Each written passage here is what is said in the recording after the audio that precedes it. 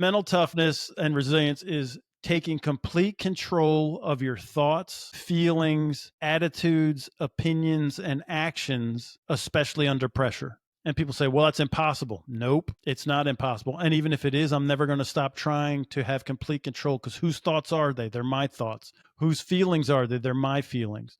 No one has control. No one can make me feel any way. I have complete dominance over how I feel. I have complete dominance over, look, I can't keep, thoughts come into your head. I'll say that. You can't keep thoughts from coming into your head, but you can keep them from setting up shop. The same way that you can't keep birds from flying over your head, but you don't let them set up a nest in your hair.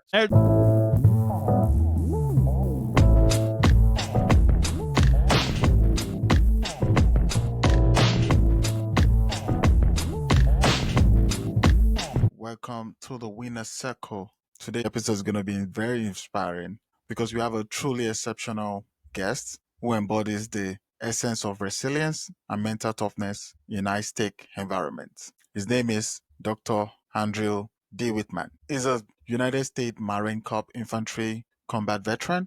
He's a former police officer, an accomplished federal agent, and as a special agent for the U.S. Capitol Police, he was entrusted with the critical responsibility of leading the security details of notable figures like Nancy Pelosi. His extensive experience include personally protecting high-profile personalities such as Hillary Clinton, Benjamin Netanyahu, King Abdullah of Jordan, and even the legendary Sir Elton John. So I'm just giving you a cue of who's gonna give us a lot of information today. His impact goes beyond just protective services, because as a private military contractor for the United States Department, he trained elite personnel, including former Navy SEAL, Marines, Army Rangers, and Special Forces in high-threat diplomatic security. Through these real-world situations, he forged a powerful framework of inner armor, a method designed to help individuals master pressure, develop mental toughness, and gain emotional control. His latest book, Inner Armor, Perpetual Resilience, serves as the centerpiece of his national media campaign and corporate speaking tour, drawing from 3 decades of elite military, law enforcement, and leadership experience. This tactical guide equips readers with the tool to achieve emotional sovereignty. So it's more than just a book. It's a field manual for rewiring your mental operating system. So today we would explore how mental toughness can be cultivated to achieve high performance and success, especially in challenging situations. Andrew teaches that resilience can be trained like a muscle through physical habit, not just theoretical concept. So if you're ready to unlock the potential and build up unshakable emotional strength, I'm just going to say, just drop everything you're doing. You need to listen to this conversation. So I want you guys to welcome Dr. Wittman to the Winner Circle Show. Welcome. Thanks for having me, Jay. Every time they read the bio and stuff, it makes me like, I want to meet that guy. Who is that guy? It sounds so interesting. But yeah, I mean, I just had a very blessed career, I should say, very Yes. exciting. Yeah. So, but yeah, I'm super pumped to be here in the winner's circle with you, Jay. You're a mighty man of valor, and I'm super excited to be here with you, brother. All right, good to have you on the show. And if you look at your background in the Marine Corps and also the law enforcement, is very unique. I don't think there's a lot of people that have that kind of career, having all those touching, all the combination. Yeah, it's a crazy combination for sure. Yeah. So how, if I'm going to ask, how did those the experiences you've garnered through the year, how did it shape your understanding of resilience? Yeah, the whole thing in my life has been to try and get control of this machine. It started in the Marine Corps because I was 50 pounds overweight when I went into boot camp, and I lost 50 pounds, and I learned how to control, my physical part of my machine. But I knew there was more, right? The mental part, the emotional part, social part, the financial part, the professional part. So all these parts, I just wanted to know, how does the machine work together? Specifically, how does the body, mind, and emotions work together? It should be for our betterment. But what happens is they usually work against each other for our detriment, right? So if you make that emotional decision, how did that work out? Not too good most of the time. Not too good. You're right. So I was a little bit fascinated about the inner harmony systems. You created the inner harmony system. What inspired you to develop a framework, specifically focus on mastering pressure and emotional control? The original flagship program of Mental Toughness Training Center is Ground Zero Leadership CEO View, where I'm taking control of my thoughts, my emotions, my feelings. And we were very successful with that. I also, branched out into parenting, and we went around. This curriculum was developed for the SEALs, Rangers, SF, and in that high threat diplomatic security industry, right? So we wanted the hard military skills, but it was more of a law enforcement mission, diplomatic security. We needed a critical thinking and emotional intelligence like put together. So we needed to be able to not just have rules of engagement, point and shoot. We had to have use of force continuum, which is more of a law enforcement mission. So I began to put this critical thinking, emotional intelligence stuff together, and we took it to corporate in 2013. Very successful in many several defense industry, in government industries, in the law enforcement. So around 2019, the chaplain of the Marine Corps called me and said that the commandant had tasked him to see if I could help with they called it the spiritual fitness of the warfighter, like so the PTSD and the suicide rates and the mental burnout.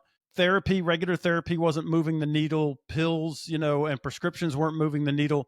Was there something that I could do to move the needle? I'm like, well, yeah, absolutely. That's exactly what we do. So I had to put it down into Inner Armor became this program because Marines don't have time to go through a 1 or 2 day training plus 12 weeks of coaching. They're in the field, they're deployed. How do I make this happen for them every single day in small bites? So we turned it into like a workout of the day routine, like CrossFit has a workout of the day. It could be done 2 to 3 to 5 minutes every day. And using Hebbian learning, the neurons that fire together, wire together, and I'm going to start running these tracks, these neural loops every day. I'm just going to add it into stuff I'm already doing. So it's not taking any more time than you're already like you brush your teeth. That's 2 minutes in the morning, 2 minutes at night. While I'm brushing my teeth, I'm running this neural loop of my identity statement of who I am and how do I respond under pressure, right? So these things are put together in this Inner Armor system. So a lot of people in business, I tell you, most people, Jay, they want to run. Entrepreneurs are like this too. And you see it on the digital marketing front, the personal branding, and all these big firms too. They want to run their business like it's the iPhone 16 Pro. It's got all the bells and the whistles and it looks fantastic, but they're still operating on iOS 1. You got all these new apps and these new goals and these new challenges, but you're still running on the same emotional operating system that you had back in 2010. So Inner Armor doesn't give you tips and tools and hacks. What it is an upgrade of your internal operating system. Wow. Thank you for explaining. How did you go about translating your real experience into actionable strategies? So the school of hard knocks. So the real experience was what you would do something. You're like, this is not how I wanted to. So in the Marine Corps, we do this thing called an after action report. So after every action that you take, we come back and we say, what could we do different? What went right? What went wrong? Where could we adjust? How can we make it more effective? And we do this for tactical exercises. And we did it at the State Department too. We're running, room clearing entry, CQB, close quarter battles tactics over and over. You're running the drill and you're filming it and you do all this stuff. And then you're doing this after action report. I just took that same principle and applied it to every area in my life. So like, I didn't like if my wife and I got into a disagreement. I didn't like how I acted. If, and somebody cut me off in traffic and I'm losing my mind, I didn't like how I reacted. So I would do these after action reports and be like, well, I don't like this about myself. How can I fix this? What are the tools that I have? And so it became an obsession. And that's really what all these, consultants, speakers, authors, what we're doing. I'm really writing to me and to myself about my own obsession and my own issues of how do I take control of my thoughts, feelings, attitudes under pressure. But it was just a crucible of every time I didn't like how I reacted, I would rather respond in this way. I would do an after action report, write it down, and then take these habit stacks. I would think about this while I'm brushing my teeth or when I'm in the shower. And then I would tell myself out loud, because just writing it down or thinking about it, that doesn't mean anything, right? It's just, you have millions of, not millions. Science says we have 70 to 80,000 thoughts every day, and we speak 15 to 16,000 words. So you're going to have a thought 2, 3, 4 times before it comes out of your mouth. But what we know is when it comes out of our mouth and our ears hear it, we're using this neurological loop, and it becomes almost not almost, it really becomes a medical self-fulfilling prophecy. fMRI and neuroscience brain scans have shown that. That's what we do. It becomes a self-fulfilling prophecy. So I'm going to say these things out loud so my ears can hear my identity state. My ears can hear how am I going to respond next time in traffic. My ears can hear my thinking process. And I came up with a process. How do I think my thoughts? I thought, well, I have a process for how do we do marksmanship. I have a process for how I drive the car. I even have a process to how I swing a golf club, but I don't have a process to how I think my thoughts. It's a jungle up there. So I had to take control of that. And I came up with what is my process to think every thought. If I looked at thinking like a physical skill, and then I can work it out like a muscle, I can work the process. And all I have to do is do really good at the process. And then my thoughts will automatically, my operating system will upgrade. And that's what happened. It's just like when you were starting to drive a car, Jay, it's everything's herky jerky and you're thinking about everything, eyes on the hood ornament. Oh, I got to look over my shoulder 5 times to check the mirror 5 times before I go. Within like 3 or 4 weeks, you're just like turning up the radio and hanging out and chilling and just making these life and death decisions without even thinking about it. That's what Inner Armor does. We install that operating system to make resilient life and death critical thinking decisions without thinking about it. And so that's kind of how it all happened, was just trial and error on my part. And I really made it so my kids would not have to go through what I went through. And so they were kind of my guinea pigs too. I like worked out all my curriculum, this stuff on them and proved that it works with them before I ever took it to a client. So in your view, resilience can be developed like a skill. Absolutely. It is a skill. It's not, you're not born with it.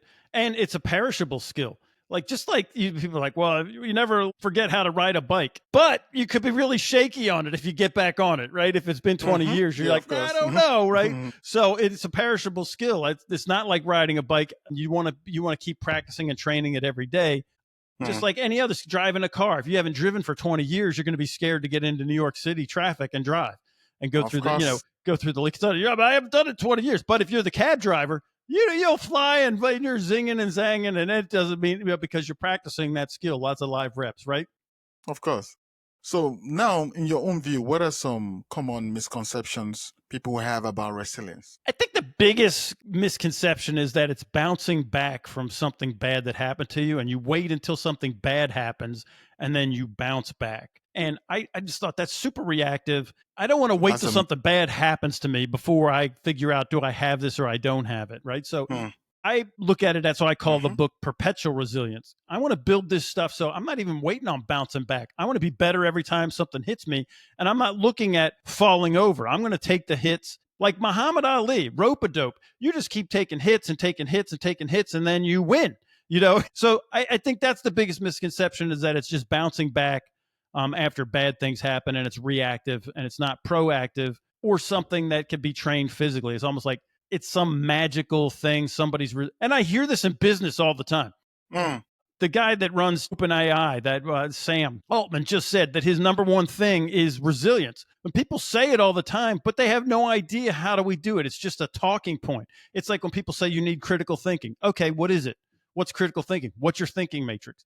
And critical thinking is directly tied to your ability to be resilient, because how you think your thoughts decides how you direct and engineer your thoughts. It decides how you're going to react or respond. All right. I want to take a moment to highlight a fantastic opportunity for you. So if you are eager to elevate your business and gain new insights, I want to say look no further than Point of View Consulting, New York. Point of View Consulting, they specialize in helping organizations unlock their full potential. They have expert coaching services and they have expert consulting services. Not only will they just work with you, they will work closely with you to identify challenges. They will help you set actionable goals and implement effective strategies for sustainable growth. So here's the exciting part of the story. Point of View Consulting is offering a free consultation for all listeners of the Winner Circle podcast. That's right, no string attached. Plus, for any of their services you choose thereafter, you can enjoy a 30% discount on their service fee when you use the promo code Winner Circle Podcast. So whatever the thing you want them to do, whether it's change management, operational development, whatever the thing is, the services you want them to do, they're going to give you 30% discount on the service fee if you use the promo code Winner Circle Podcast.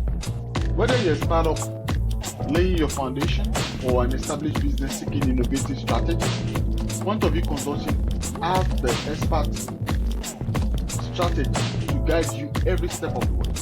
I want to say, don't miss out on the chance to gain a fresh perspective and transform your challenges into opportunities. I want you to visit www.pointofviewconsultinginc.com to book your free consultation today. Remember, your business success starts with a fresh perspective. Go ahead and use the code Winner Circle Podcast and let Point of View Consulting help you thrive. Now let's get back to the show. Thank you for that information. So powerful. Now let's quickly go through your book a little bit. The Inner Armor, Perpetual Resilience. From how you stated and how I thought about it, it serves as a manual for emotional strength. What key principle does it cover? I think the core of everything in that book is your identity, your internal identity. Who are you when you strip away everything external? It's not that a lot of people say, well, I ran into this in special operations. I'm a Navy SEAL. I'm, a Delta operator. I'm a Marine. That's not who you are. That's something that you do. Or I'm the CEO of this. I'm a EVP of that hedge fund. Nope, that's not who you are. That's what you do. I'm an entrepreneur. Any of these labels that we try to, all the way down to I'm a New York Yankees fan or a New York Mets fan. We're trying to label ourselves and identify ourselves with all these externals. This book gets to the core of that. I'm going to strip all that away. What is the internal identity, the characteristics that you strip everything away from me? Being a dad, being an entrepreneur, everything. I could lose the business. I could, people say, oh, I'm an athlete. What happens when you get the knee injury, right? This happens with football players or baseball players, and they get the injury in college, and then you see them spiral. Who are you, right? I engineer and build this identity statement that's the underlying core of our operating system. And in the book, if you do that, I dedicate 3 chapters to it, like how to build it, what it is, why we need it, and how to engineer it so that it's one statement that literally runs the entire gamut of your life. Every decision is pre-made based on that statement. My identity statement is I'm a man of excellence who always keeps his word. So that's it. That's who Andrew is, whether I'm being a dad, whether I'm the CEO of my company, whether I'm working traffic at the church parking lot as a volunteer. I'm a man of excellence who always keeps his word. That's who Andrew is in every role that he plays. If my business goes bankrupt, I'm still a man of excellence who always keeps his word. If I'm not an athlete anymore because I blew out my knee in football, I'm still a man of excellence who always keeps his word. Are you following that? So that's really the core of Inner Armor. And once you get that built, and people don't take the time or take the cognitive time and the strength, because it is very difficult to do cognitive work. It's easier to go to the gym and work out than work your brain. That's why you're exhausted at the end of a day doing paperwork, right? When you're doing just office work, you're exhausted at the end of the day.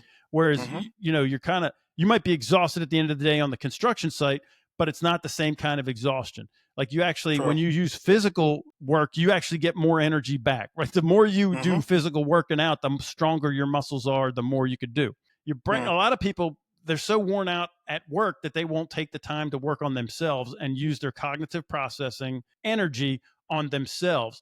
And really if you don't do that, there's a compounding performance effect once you get your identity statement in. Once your identity statement is operating, everything else accelerates in your life. You have better thinking. You have better emotional control. You have better response under stress.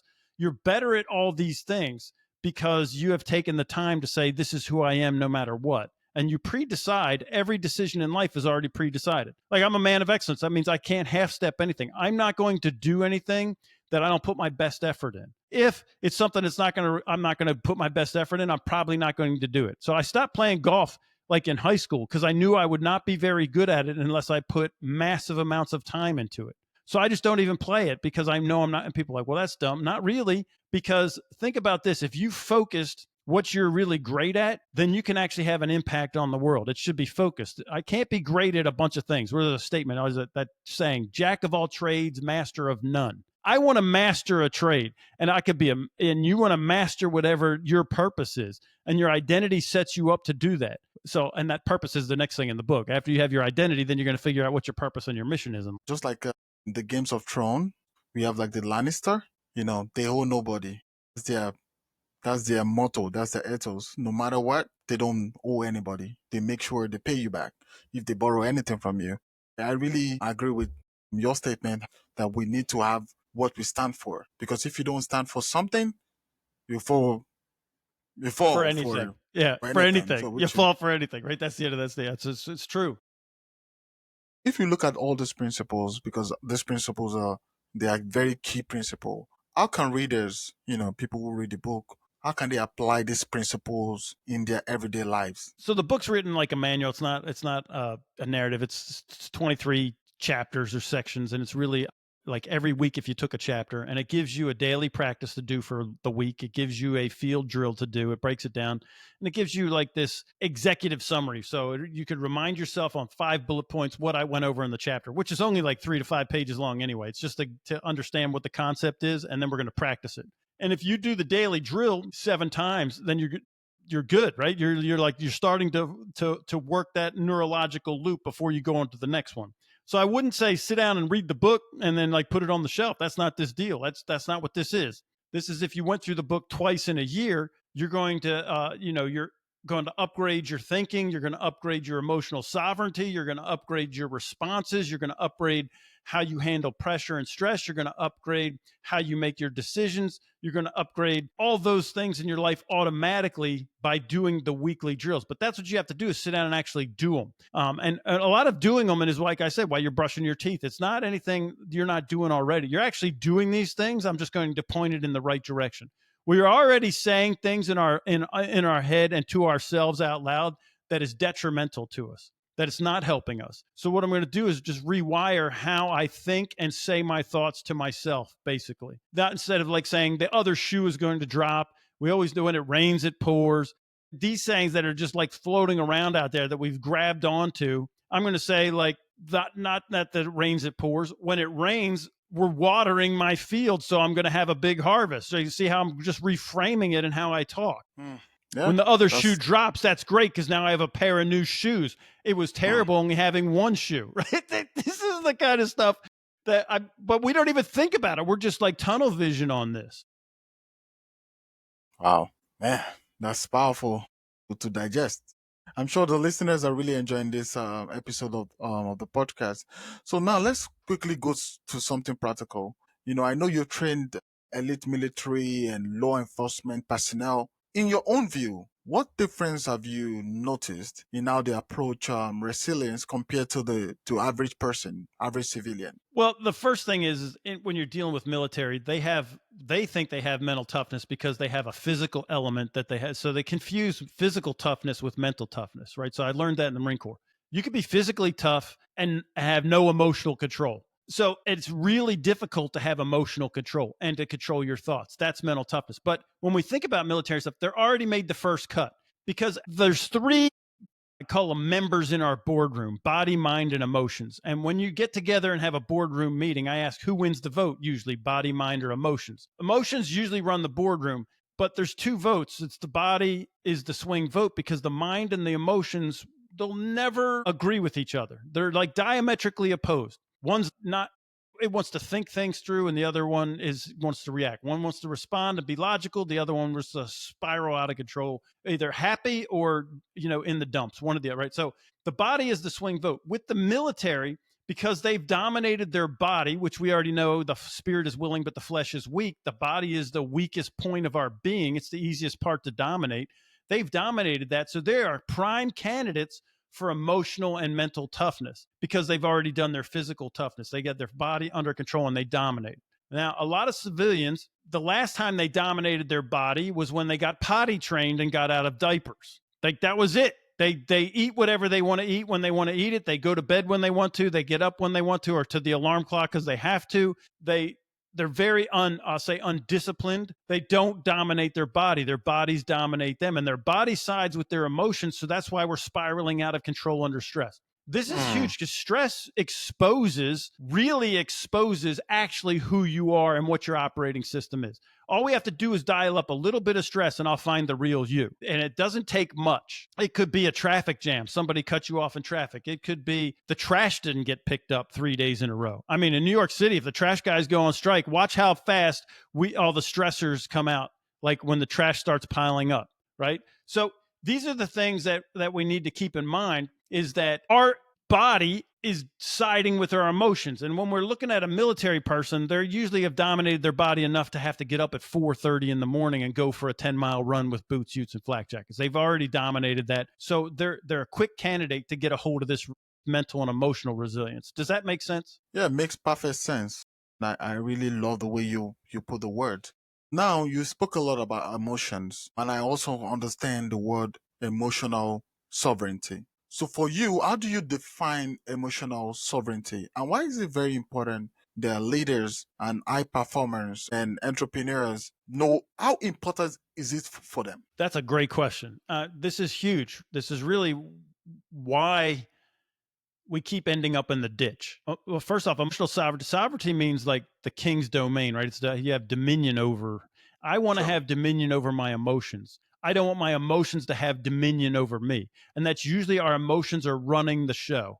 This happened to me when I was younger, and I still have to fight it every day, because there's going to be, at some point, it's like a muscle. Like I said, we keep working it out. At some point, my emotional sovereignty is like, I've already maxed out. Like I did too many bench presses and I can't do one more. So there is a point where I've just had enough, right? So, but we're trying to stretch that point for the leader and for the worker in the field. Everybody, we want everybody to have their levels to be stronger, so that before they have that, we call it triggering now, before you're triggered, I want to have more tolerance before my trigger goes off. So the harder I work that muscle out, the more endurance that I have, the more successful I'll be. I mean, nobody's going to be perfect at this. We're not going to bat 1,000, right? My wife loves baseball. We're watching baseball. I know a baseball player, if they hit 380 or 400, that's an amazing batting average.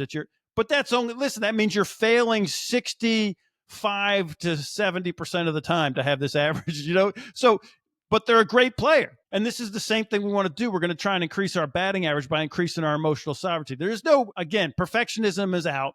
It's about the journey. I'm trying to increase my muscle. And it's about, just like having personal records at the gym, or when you're running, if you run a half marathon, your time got better, and I had a personal record. I did it in less time than I did the last time. That's what we're looking for with emotional sovereignty. It's not just like, oh, I've arrived. You'll never arrive. Welcome to planet Earth. We all have to deal with it. There's nothing uncommon to all humans. We all have to deal with this. But the stronger and better you get and your batting average goes up, the more success, fulfillment, and happiness you're going to experience in your everyday life.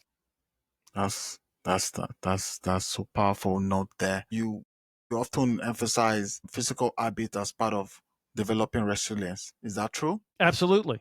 What kind of physical practice do you recommend? I don't care what you do, but you have to do something, whether it's walking. I'm not saying you have to be a triathlete or go to CrossFit, but you have to do stuff like, what's your food, your nutritional, what's your water intake, what is your exercise? You got to get out and move. You have to do something. You can't sit on the couch and be a potato. So everybody's different. So I'm not saying you have to do one workout or another. What we have to, these are the things that we know, that when you walk or you do the stairs or you do, whatever if you want to play golf, if you want to shoot basketball, you ride your bike, whatever it is that you can do that you enjoy, you'll do more of it. You're not going to do something you don't like. So first off, if you hate running, I'm not going to tell you to go run, because you're not going to do it. So find something that you do like. And then you don't have to hire a nutritionist or a personal trainer to know when you shouldn't eat the donut or you should eat the carrot. If there's a plate of fruit and vegetables and a plate of donuts and chocolate eclairs, we know which one we should be eating. You don't need somebody, but every science says that every time you choose the carrot over the donut, you're increasing that resilience muscle. Every single time you make the harder choice, you're increasing that muscle and you're getting better at it, and you're going to have more endurance. And every time you make that choice, it's a win for you. Biologically, also, this is super interesting, Jay. Biologically, every time you have one of these habit stack wins, whether it's physical, whether it's you chose the right food, you drank your water, we know that your testosterone goes up in men and women. Testosterone is the winning hormone. It could spike up to as much as 1,000%, the science says. But every time you choose the wrong way and you become defeatist, we know that cortisol, the stress hormone, spikes at 1,000%, which is a downward spiral. So every time you do a win on this habit stack, you get up and you say your identity statement, win, your testosterone is, you're being stronger, your bone density is up, your confidence is up, your muscle mass is up. I ate a good breakfast. Boom, you're up. I drank my water today. Boom, I had black coffee instead of the sugary, milkshake drink down at the, barista shop. I just got the black coffee instead of all the sugar. Boom, win. I ate carrots today instead of, donuts. Boom, win. I went for a walk. I parked my car far away, and then I took the stairs. Boom, win. And every time now, resilience is building on these little tiny habits. They're just little things, and they begin to compound over time. So we're not trying to go to a class and change a million things and make this giant lifestyle change. Nope, it's just these little tiny habits that start reworking my neurological loop. And pretty soon, you could be 6 months into this thing and not even realize how much stronger mentally and emotionally you are. Because it's like when somebody's working out, when they're losing weight, they feel like they haven't done anything. But then you see the before and after picture, like, oh, holy smoke, what happened? Right. But while you're in it, you don't feel that. So do you have like a number? You talked about 6 months for you to typically start to see significant changes. So like, do you have a particular exact number for people who want to? No, we go with 12 weeks. I've built the whole program on 12 weeks because that's Marine Corps boot camp is 12 weeks, 13 with an induct, but it's actually 12 weeks of training. And they changed everything about me in 12 weeks. So I know it can be done in 12 weeks. It doesn't have to be 10 years. It doesn't have to be 6 months. I know if you stick with this for 12 weeks, and it actually could be faster because how long did it take you before you were comfortable driving the car? Your teenager was. Like my teenagers got comfortable playing with the radio and stuff in like 3 weeks. They started tinkering, right? So it's the faster that you adopt these processes, the faster you're going to get results. So the more you work them. So also, my teenagers got faster at that when they drove the car more. If they weren't driving the car and there was lots of time between the last time they drove the car when they were first learning it, it's almost like they have to start all over again. So this is what I would caution you. If you start on this thing, don't put the book on the shelf and then try to come back to it 1 week or 2 weeks later. It's like starting all over again. And you never get out of that loop of starting all over again. It's compounding. It's like compound interest, right? Put your $1,000 in the savings account or your 401k and leave it there. And it'll grow over time. Don't keep taking it out and then be like, wow, and then put it back in, then take it out, then put it back in, then take it out. And then you're like, I didn't get any interest. Well, no, because you're spending all of your time taking it out, putting it back in. Let's begin to allow the compounding effect to work. Does that make sense? Perfectly. Now let's look at corporation or organization. So in your own experience, with your wide experience, how do leaders in high-stake environment cultivate a culture of resilience within their teams? So here's what I always say. We never rise to the occasion. We always default to our training. We always default to what our operational system is. So instead of trying to build a culture of this or that, a culture is the byproduct of your training. The culture is the byproduct of how you respond over time. Your culture will be a byproduct of all these little habits that add up. Even in corporate, what happens in corporations is they're no stronger than their weakest link. So think about that, right? You can't go faster than the slowest member of your team. But we don't think about, all we're trying to do is get results oriented. This is the problem with a lot of corporations and even sports teams that I work with. They look at the scoreboard or they look at the scale. They look at their numbers. I'm not saying don't look at the numbers, but that's not what we're not moved by the numbers. Once we know what our process is and the process works, just keep doing the process. The numbers will follow eventually. So that cultural will be built based on all these little tiny things. Instead of trying to say we need a culture change and I know I'm going to have free food down at the snack bar and put a pinball machine, that'll change the culture. It won't. The science already says it gets worse. The disengagement is worse. So to have employees engaged, it's identity, purpose, and mission. If they don't know what their purpose or their mission is and who they are and who the company is, they're not going anywhere. I'm about to go do a corporate training out here out in the West for a team of folks that they don't get along. And so here we're going to build a team charter for them. We're going to sit down and write down all the things that everybody would like, because do unto others as you would have them do it, right? I don't like to be talked about. So do you like to be talked about? No. So we're not going to gossip. Will we all agree that we're not going to gossip? Yes. Who likes to, like when someone else comes in late? I don't like it when they come in late, but okay. So we're not going to come in late. Who likes it when we don't do all of our work? I don't like it when all right. So we all agree, everybody does their work. So we write down all the stuff that they want, and then we type it up, and then everybody on the team is going to sign this team charter, and it's an agreement. It's not expectations. It's what we all agreed. And now it's a great management tool, because when my leader of that team comes in and they're not on time, then they say this: hey, Susie, we all agreed that we would show up on time, and I know you're a person of your word, and you got integrity, and so is something going? You came late Tuesday, and you came late Wednesday, and you came late Friday. Is there something going on with you? Did something change? Because you gave your word, you signed your name to this, and I know you're a person of integrity, and then how can we fix it? And it's like it's self-managing. So that makes it very easy to have these teams, because we all agreed. And so when people have expectations of each other, that's when it goes crazy. So a lot of times in corporations, this is why their cultures go sideways super fast, Jay. The company expects the employees to do all kinds of things, and they don't give them the tools necessarily to do it, and they're not doing they just expect them to do, they put the job description out there or whatever, and they expect them to do it. And they expect them to do stuff that's not in the job description. And the employees expect their paycheck and only to do what was in the job description and to get all the tools. So both sides have expectations of the other side that are not being met, so it's a disaster. What we want to do is create agreements between both sides. Hey, look, I agree that we're going to pay you every 2 weeks, and you agree that you give me your best effort and solve all the problems that come across your plate. If somebody doesn't want to do that, then we need to manage them out, because the Gallup poll, Global Workforce Engagement Poll, just came out like 2 months ago for 2025. This is insane numbers. Only 1 out of 5 employees are actually doing the work and are engaged. 2 of the 5 are actually sabotaging you. They're literally sabotaging you for whatever reason they're meant. And then the other 2 that are left are just collecting a check. So they're passively sabotaging you. And when I started tracking these things when my company first came out and we started looking at this, the numbers were like 1 out of 6 and 2 out of 6 and 3. Now it's 1 out of 5. So it's getting worse. There's less engagement. There's more sabotage. And that's the culture. So what I want to do is have this culture of, we know what our identity is. We know what our mission is and our purpose is. We have these agreements. And if you're not going to get on board, I need to move everybody that's not in that 1 out of 5 doing the work. I need to move those other 4 into the do the work column, or I need to manage them out of the team. And with those kind of numbers, think about this. This is why Elon Musk, when he cut 80% of Twitter, the company did better. Yep.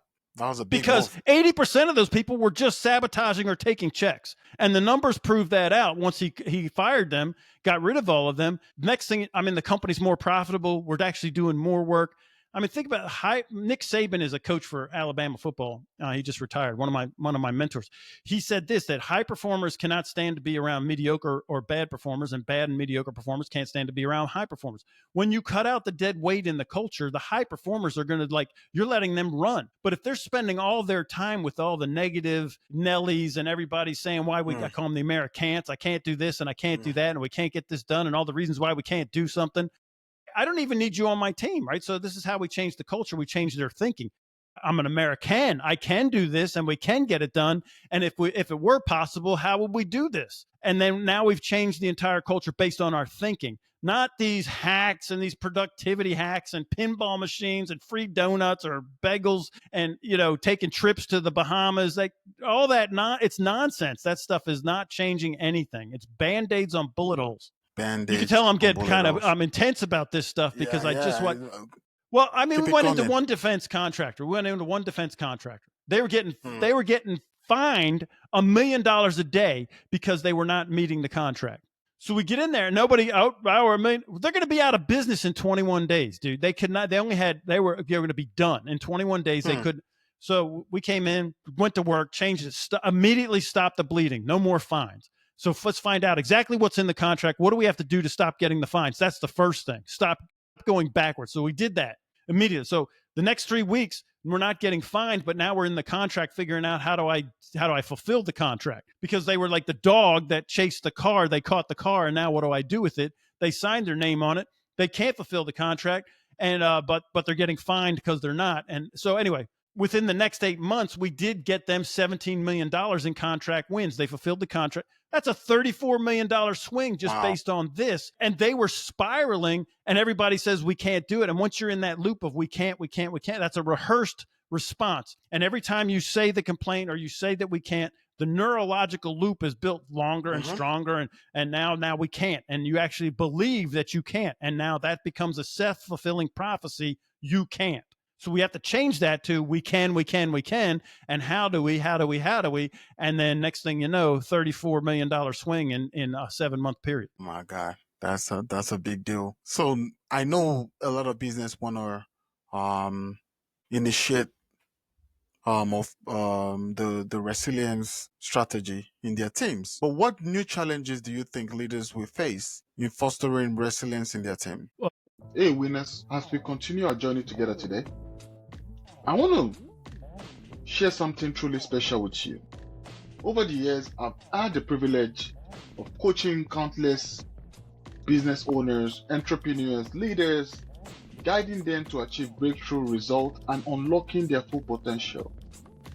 So I'm opening up just 4 slots for my monthly business coaching program.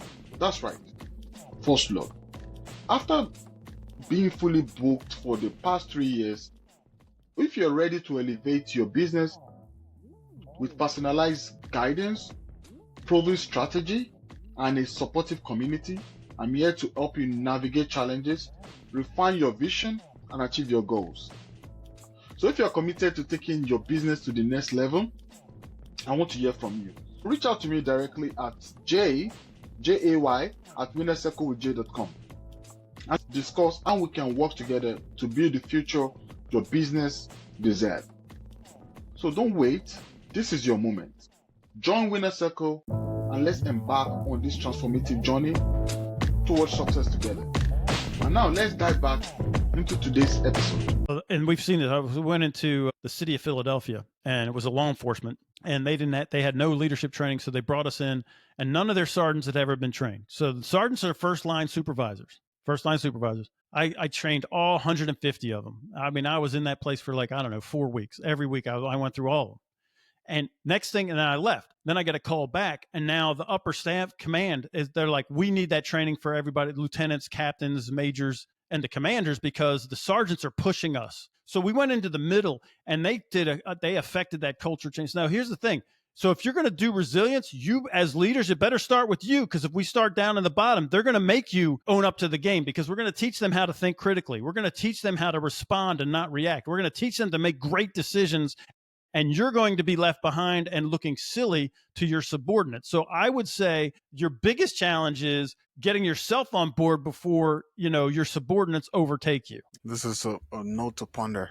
I just thought of it, the fact that you trained individuals from various backgrounds. So when you look at people, when you look at somebody you're about to train, in law enforcement, with the Navy SEALs, what common traits have you noticed do you find in those who successfully develop resilience and those who don't? The successful trait is those that actually want a better life. You have to want it. You can't help anybody that doesn't want help. I call, if they have a defeated or a survivalist mindset or an average-minded mindset, right? I'm good where I am. I don't want to be rich. I just want to be comfortable and have security. I don't want to do any extra work. I don't want more responsibility. I just want to know when the paychecks are, when's our days off, when's our breaks, how much PTO do I have? They're not going to want to do it, right? Because it's just survival or defeatist or just average minded. I'm not trying to get it. I don't want to, I call it living life, maximizing your genetic potential.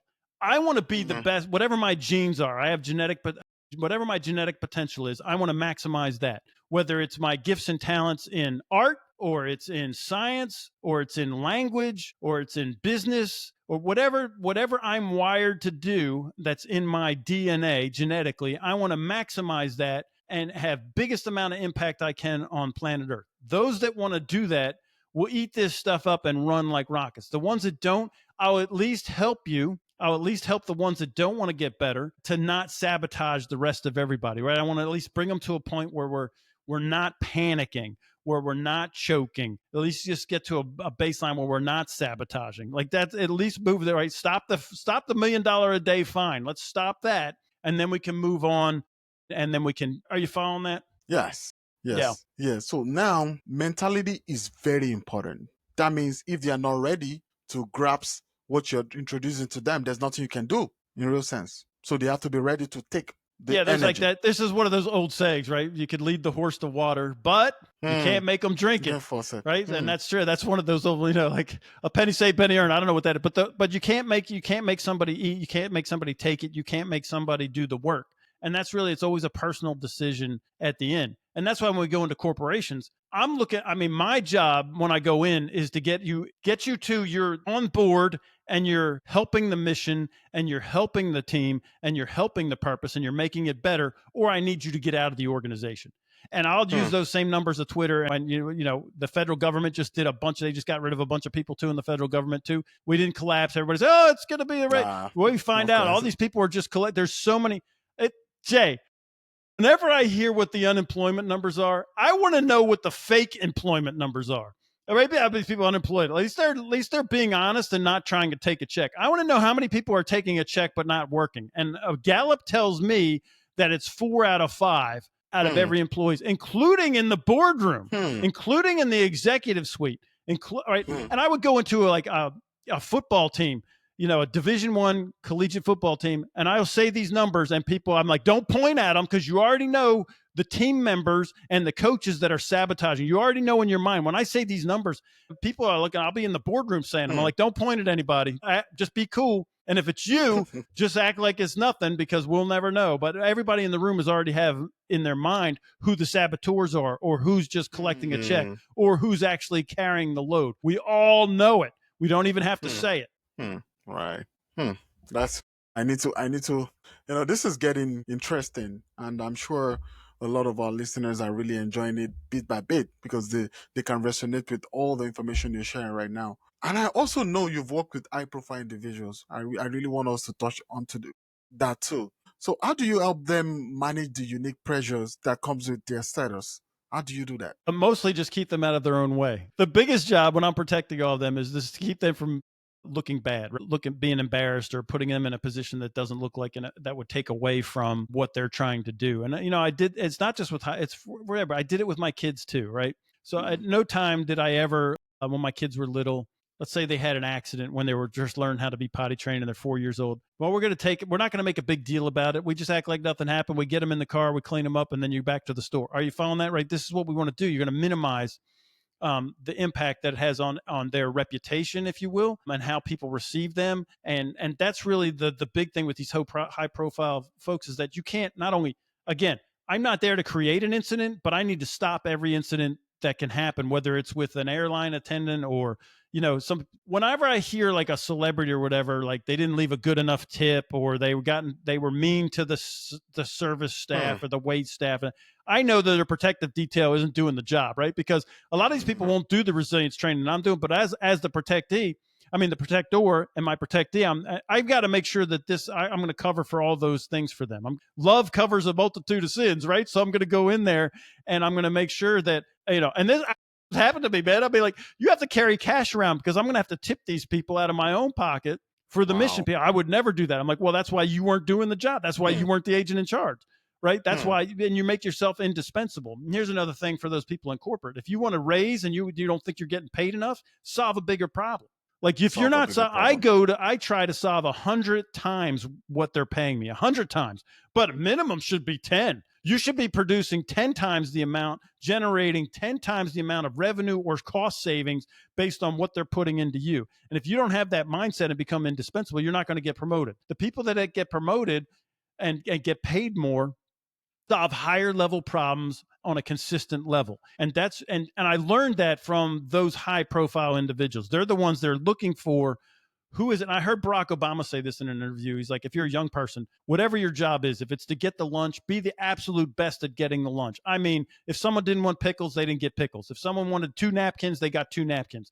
He goes, and somebody is going to take notice. That was the greatest interview that I'm like, the greatest advice you could get from anybody and there's Barack Obama saying it. And I'm sure in his White House and in his administration and even in his Senate staff, that's how people got promoted. He's looking at people who could solve his problems. And then I know that they're an asset to me and that I know that I can trust them to always solve my problem. Not only they're not creating problems, not just that they're collecting a check, but they're solving and they're not like, oh, I don't know how to do it. We're just like, Roger that, I'll get it done. And I would tell this to my protectees, Jay, I'm going to do everything humanly possible to fix this, and I'm going to do some things that are inhumanly possible because I'm going to rely on, favor with the big man upstairs to help me get out of this, right? And that's kind of how your attitude has to be. Look, are you taking the check or not? Who told you had to take the job? Did somebody hold a gun to your head to work at the place you're working at? Stop complaining about it and fix their problems. It's a rising tide. The more you solve their problems and make the company profitable, the better it is for you and your family. Goofballs, all you guys sabotaging. I mean, give me a break. Sorry, man. Yeah, it's okay. Yeah, so a special shout out to my assistant Emily and also my assistant Samuel. When you talked about people solving problems, these are great people that really solve the problem. I really don't, they always do it at the back end, but people see me in the front end. Right. I saw the video, Barack Obama talking about, doing your best, making sure you do it right. I saw the video, I think 2 days ago. So as you mentioned it right now, it just resonated with me that advice is actually very powerful. And I think people need to they should go watch that video. You just Google it. It's Barack Obama about how to advance. It's one of the best videos I've ever seen. He captures it. He's such an eloquent speaker anyway, but he captures the essence of exactly how to rocket to the top. If you're a young person or even if you're old and you haven't been doing that, you can start doing it right now. The age doesn't matter. Just start fixing problems. So as we round up, it's been a very interesting episode. This word exactly, a lot of people talk about, when people hear the word mental toughness, it's all about toughness, like you're toughing it out, mentality and all that. In your own word, how do you define mental toughness in a more holistic way? This is my exact definition. That's a great question, Jay. First off, thank you for asking that, because a lot of people, they don't take the time to ask that. And you should write this down if you want to know, or I'll email it to you.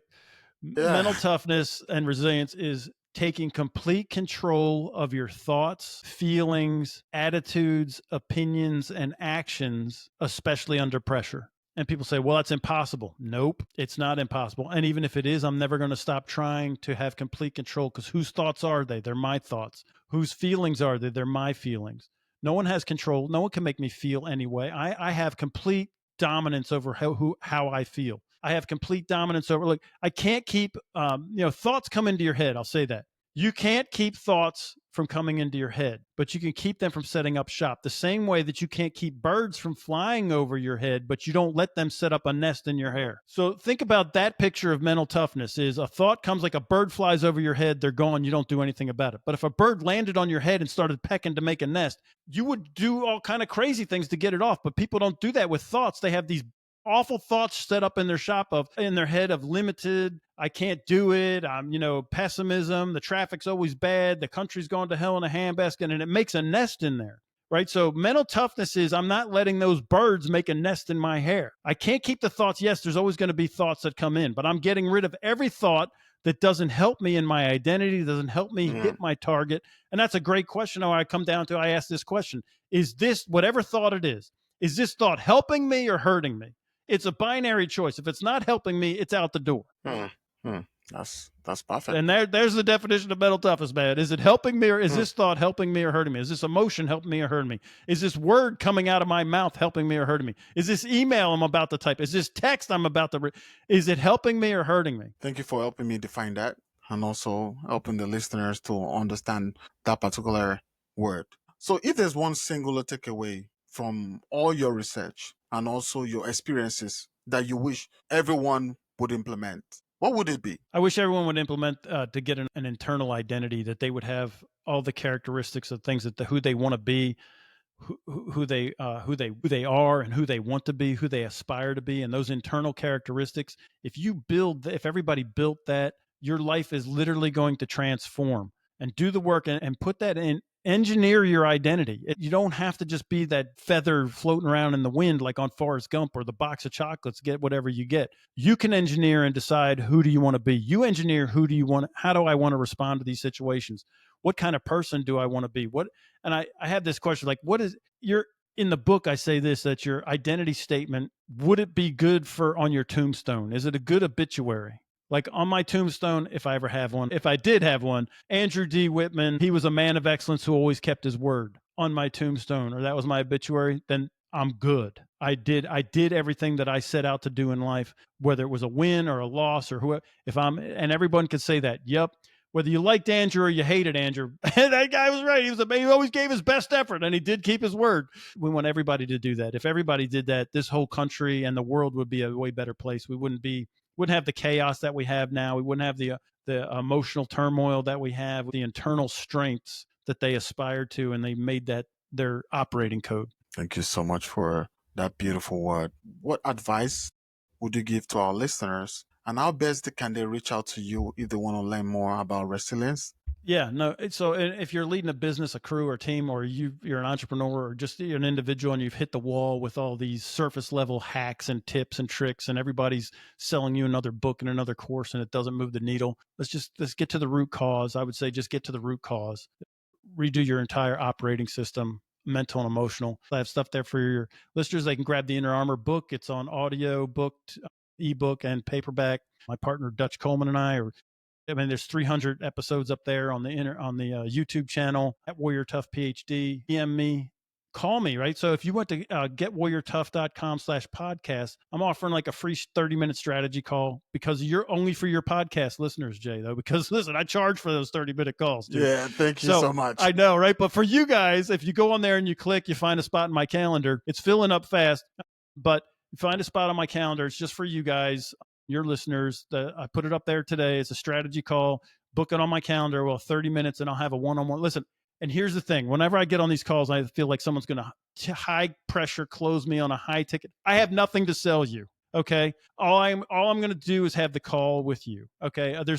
So don't be afraid to call me. I will walk you through what I do as a coaching session. If you want more, you could get more, but I'm not going to, there's no like $5,000 VIP dinner with Andrew. I'm not trying to close you on any deal like that. Okay. To my detriment.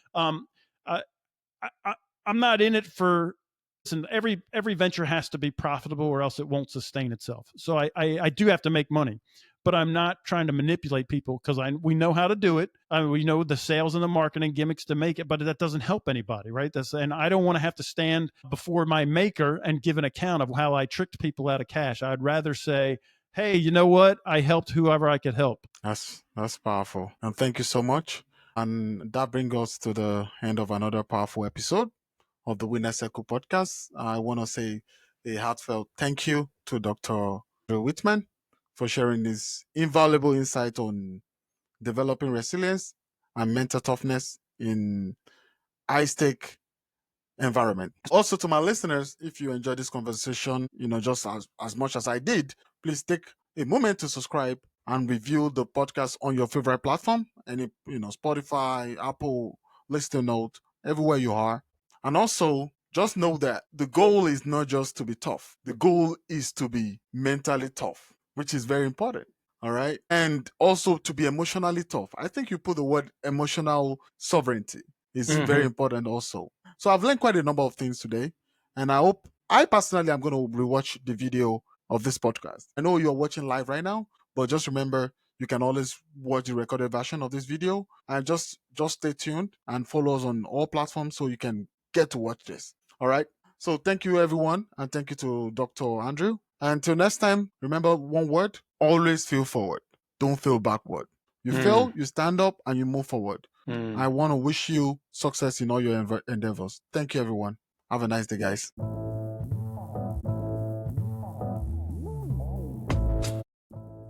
Hello, listeners. I want to take a quick moment to share an incredible opportunity for anyone looking to take their businesses to the next level. So if you're feeling stuck or overwhelmed by the challenges of running a business, most businesses need help right now to navigate out of all this mess, all this hula baloo. So I'm going to recommend you to check out Point of View Consulting. They are based in New York City and they specialize in offering expert guidance tailored specifically to your needs. One of the things I like about them is their team. They have a lot of team members and they're dedicated to helping businesses of all sizes, whether you're small, whether you're medium, whether you're large.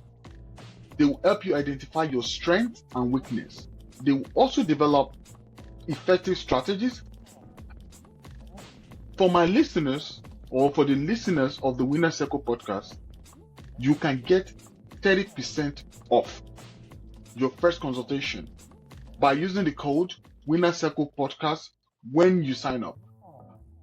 So whether you're a startup or you're an established company, Point of View Consulting, they offer personalized services that can help you align your objective with practical solutions. So if you're ready to unlock your business potential, you need to visit www.pointofviewconsultingimc.com and use the code Winner Circle Podcast for your special discount. So don't miss out on this chance to work with the industry expert who can provide the support you need to strive. So I'm just going to say it again. Go to www.pointofviewconsultingimc.com. When you get there, use the code Winner Circle Podcast. When you contact them, tell them Jay from Winner Circle Podcast sent you, and use the code Winner Circle Podcast for 30% off your first consultation. So take this step towards a success today. All right, see you next time.